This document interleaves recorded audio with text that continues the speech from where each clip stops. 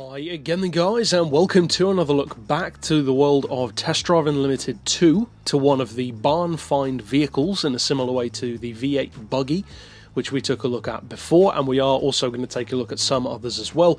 This one though is pretty much the slowest of them all. The Beetle of course isn't that quick either, but this one takes the cake as far as being extremely slow. It's of course the Citroen 2CV.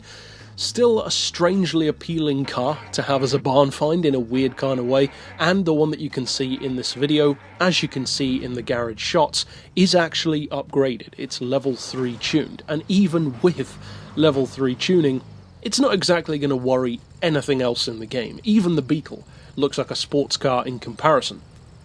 Because with that level 3 tuning, this car has a whopping, a truly thunderous 19 horsepower, not 90, 19, 1-9. It has even more torque at 29 pound-feet, and thankfully it is pretty lightweight. In fact, that is the one way in which it can absolutely trump the Beetle. It weighs only 480 kilos, which makes the Beetle seem heavy at 852. However, the fact that the horsepower is still so woefully low means that it only puts out 40 horsepower per tonne. And all of those specs, mind you have to remember, are in tuned form.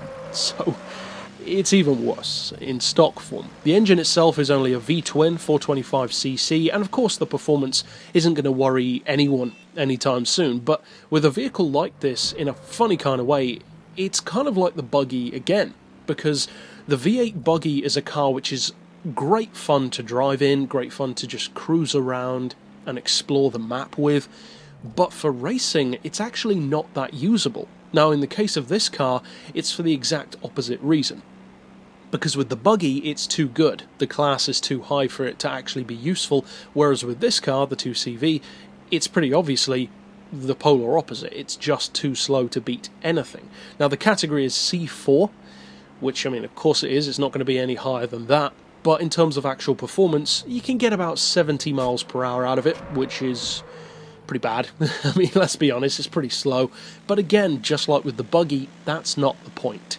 With the buggy, you can have a lot of high-speed fun, whereas with this, or the Beetle as well, for sure, you can have a lot of low-speed fun. And although for many players this probably isn't the case, for me personally, and I know for many of you guys as well, and clearly for the people who decided to put it in the game, it is nice to occasionally, especially in an open world free roaming game, to take a car which is very deliberately really slow and just have fun with that. Just appreciate a totally different kind of approach to the game. Not for racing, just to potter around the track, exploring things, taking in the map and the secret locations and the roads and the traffic and all that kind of stuff at a totally different pace to in any other car. Because if you're in something like a Veyron or a Koenigsegg or a Zonda, of course you can get everywhere quickly, but sometimes that's not the point.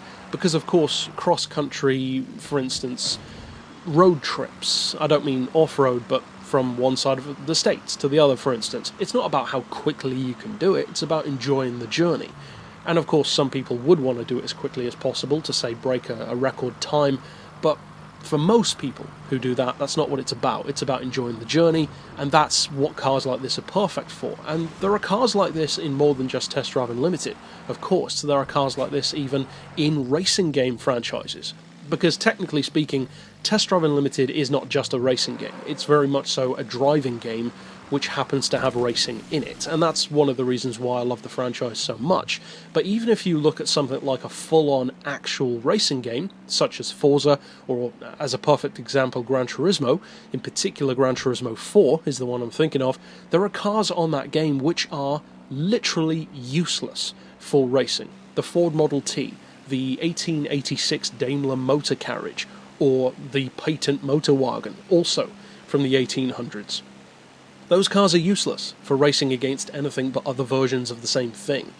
And yet, they have so many fans among the Gran Turismo community because we love how radically different, how totally unexpected, and how almost endearing they are in this adorably awful kind of way as far as performance goes. Although at the time, of course, they were literally the pinnacle of technology.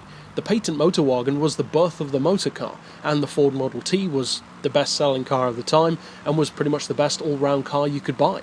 There were better ones in terms of performance, but not many could come close for all-round usability. Now, though, we look at it through a different lens, and that's kind of the case here as well, because the Citroen 2CV was never intended, of course, to be a performance car, but in the game, you can have fun with it for what it is. And that is also something else which I think the test drive games are very good for, and this is something which I've mentioned again in Gran Turismo reviews, in Forza reviews, and that is that there are many cars featured in those games which you just cannot truly appreciate. For instance, the Tesla Model S in Gran Turismo. It's a car that goes way beyond just driving fast. It's about the whole package, the practicality, the build quality, the comfort of driving it. Or the Rolls-Royce Wraith, or the Ghost, for instance, in a Forza game, for instance. You can race it, but that's not the point of a Rolls-Royce, and you can't experience the whole package of a vehicle like that in a racing game.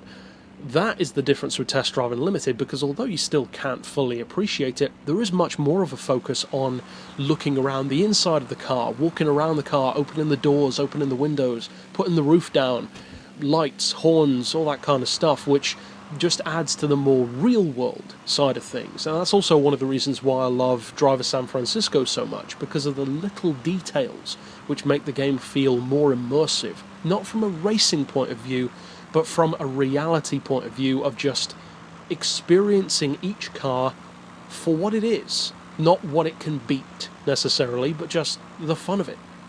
And this is a perfect car for that. You can jump in it, go extremely slowly everywhere, and I'm not saying it's the kind of car I drive all the time, of course not. Sometimes it can get boring because it is slow, of course.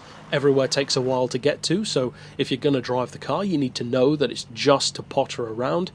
So it has its uses. It's certainly a barn find which I think is worthy of being one. There are certainly faster cars which could be barn finds, but I'm happy with this one as a choice, and personally I actually prefer this one over the Beetle, because the 2CV is somehow an even more oddball choice to me. The Beetle is a fairly obvious one to go for, whereas this one, not so much. A Citroen isn't exactly the kind of car that you'd expect in Test Drive Unlimited, whereas there is a precedent for Volkswagens being in there already. So if you do get the chance to collect all the barn finds and unlock the car, I would definitely recommend trying to do so. It's not the most enjoyable of all of them, I would say that that's the buggy personally, but it is a nice change of pace from the other cars in the game, and a very cute one as well, in a weird alternative kind of way. But that's it for this pick overall. Of course, I'll see you guys next time, and for now, as always, thanks for watching.